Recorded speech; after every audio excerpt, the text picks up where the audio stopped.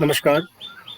नारद संचार सकारात्मक सुर्खियों में आप सभी का हार्दिक स्वागत है।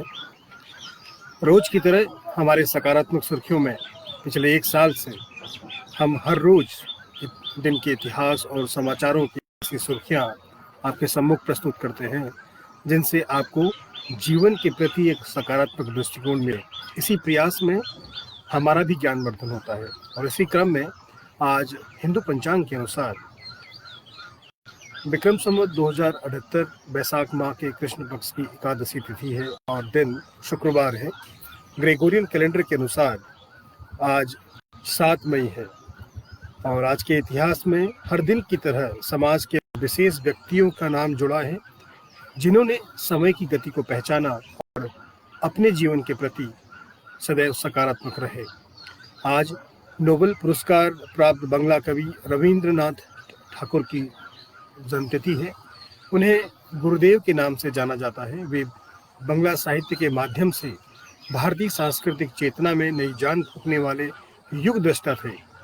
वे एशिया के पहले नोबेल पुरस्कार से सम्मानित व्यक्ति हैं। वे एकमात्र कवि हैं जिनकी 2 रचनाएं 2 देशों का राष्ट्रगान बनी हैं। भारत का राष्ट्रगान जन गण मन और बांग्लादेश का राष्ट्रगान आमार सोनार बांग्ला गुरुदेव की ही रचनाएं हैं।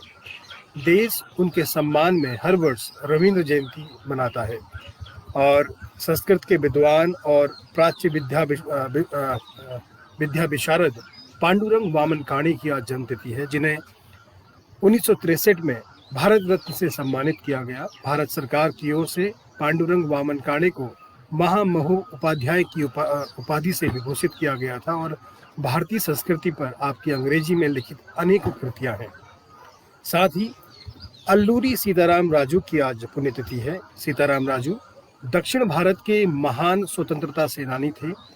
वे 1924 में मात्र 27 साल की उम्र में अंग्रेजों के खिलाफ लड़ते हुए वीरगति को प्राप्त हुए। अंग्रेजों के अत्याचारों के विरुद्ध उन्होंने अपने सीमित संसाधनों और हथियारों के साथ अंग्रेजों के साथ लड़ाई लड़ी। अल्लूरी सीताराम राजू को अंग्रेजों के विरुद्ध लड़े गए रंपा विद्रोह के लिए याद किया जाता है और लोग उन्हें मान्यम बिरुडू कहते हैं, जिसका अर्थ होता है जंगलों का नायक। और आज 1960 में बनी सीमा सड़क संगठन का स्थापना दिवस है। सीमा सड़क संगठन भारत के सीमावर्ती क्षेत्रों में सड़क मार्ग के निर्माण और व्यवस्थापन का कार्य करता है। सीमावर्ती क्षेत्रों में पहाड़ी इलाके होने के कारण भूमिस्खलन और चट्टानों के गिरने टूटने की घटनाएं लगातार होती रहती हैं और इन्हें लगातार सुचारू बनाए रखने के लिए संगठन को पूरे वर्ष काम करना पड़ता है। और आज अलेक्जेंडर ग्राहम बेल की जन्मतिथि है। अलेक्जेंडर ग्राहम बेल को अपने आविष्कार का पेटेंट आज ही के दिन मिला था। और रुख करते हैं नारद संचार के आज के सकारात्मक समाचारों की सुर्खियों की ओर। सरकार ने महामारी को देखते हुए अस्थायी पेंशन के भुगतान के प्रावधान को सेवानिवृत्ति की तिथि से 1 वर्ष तक बढ़ाने का फैसला किया है। कार्मिक जन शिकायत और पेंशन मंत्री डॉक्टर जितेंद्र सिंह ने मंत्रालय के वरिष्ठ अधिकारियों के साथ बैठक करने के बाद कहा कि पात्र पारिवारिक सदस्य की ओर से मृत्यु प्रमाण पत्र और पारिवारिक पेंशन का दावा मिलने के बाद तत्काल परिवार पेंशन की मंजूरी दी जाएगी। साथ ही भारत और इजराइल यूएई में पहली बार सोलर एनर्जी की सौर ऊर्जा के क्षेत्र में एक त्रिपक्षीय समझौता हुआ है, जिसके बड़े कूटनीतिक मायने हैं। यूएई के साथ पहले ही भारत के काफ़ी मजबूत संबंध हैं और अब इन तीनों देशों के बीच कारोबार और तकनीकी क्षेत्र में नए गठबंधन होने से एक सकारात्मक माहौल बना है। और देश भर में हो रही ऑक्सीजन की कमी को दूर करने के साथ अब देश में ही ऑक्सीजन कंसंट्रेटर के निर्माण को बढ़ाने की दिशा में काम किया जा रहा है। सूक्ष्म लघु और मध्यम उद्योग के माध्यम से ऑक्सीजन कंसंट्रेटर का उत्पादन किया जाएगा। उत्पादन बढ़ाने के लिए CSIR ने MSME उद्योग को इसे बनाने की तकनीक का हस्तांतरण किया है। ये कंपनियां लगभग 10,000 ऑक्सीजन कंसंट्रेटर प्रति माह बनाने वाली हैं, जो कि एक अच्छी खबर है। भारतीय प्रेस परिषद PCI ने सरकार से अनुशंसा की है कि पत्रकारों को भी कोविड योद्धा की श्रेणी में शामिल किया जाए और उन्हें बीमा कवर भी मुहैया कराया जाए।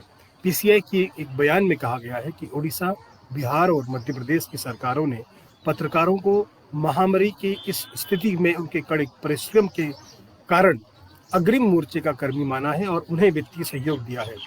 परिषद ने के अनुसार केंद्र सरकार के साथ ही सभी राज्य सरकार और केंद्र शासित प्रदेशों की सरकारों से अपील करती है कि पत्रकार के कल्याण के लिए आवश्यक कदम उठाए जाएं। और उत्तराखंड के बद्रीनाथ धाम को स्मार्ट आध्यात्मिक शहर के रूप में विकसित किया जाएगा। यहाँ विकास कार्यों के लिए 100 करोड़ लागत की विभिन्न परियोजनाएं शुरू करने का प्रस्ताव है। गुरुवार को राज्य सरकार व पेट्रोलियम मंत्रालय के बीच इसको लेकर एक समझौता हुआ है। बद्रीनाथ धाम में आगामी 100 वर्षों की आवश्यकताओं के मद्देनजर सुविधाओं का विकास का कुल 85 हेक्टेयर भूमि में चरणबद्ध तरीके से कार्य किए जाने हैं। इसी को देखते हुए यहाँ के यात्रियों की सुविधाएं बढ़ाने का विशेष प्रयास किया जा रहा है। जैसा कि हमने बताया कि पिछले 1 साल से हमारा एक छोटा सा प्रयास है जो बिना किसी लाग लपेट, चमक धमक और सीमित संसाधनों द्वारा तैयार किया जाता है। इसको और बेहतर बनाने के लिए आपके सहयोग के आकांक्षी हैं। कार्यक्रम को बेहतर बनाने के लिए आप अपने सुझाव हमें भेजें, हमें उसका इंतजार रहेगा। और नारद संचार सकारात्मक सुर्खियों में आज के लिए इतना ही। कल सुबह फिर आपसे मुलाकात करते हैं। तब तक के लिए आप स्वस्थ रहें, मस्त रहें और सकारात्मक रहें। नमस्कार।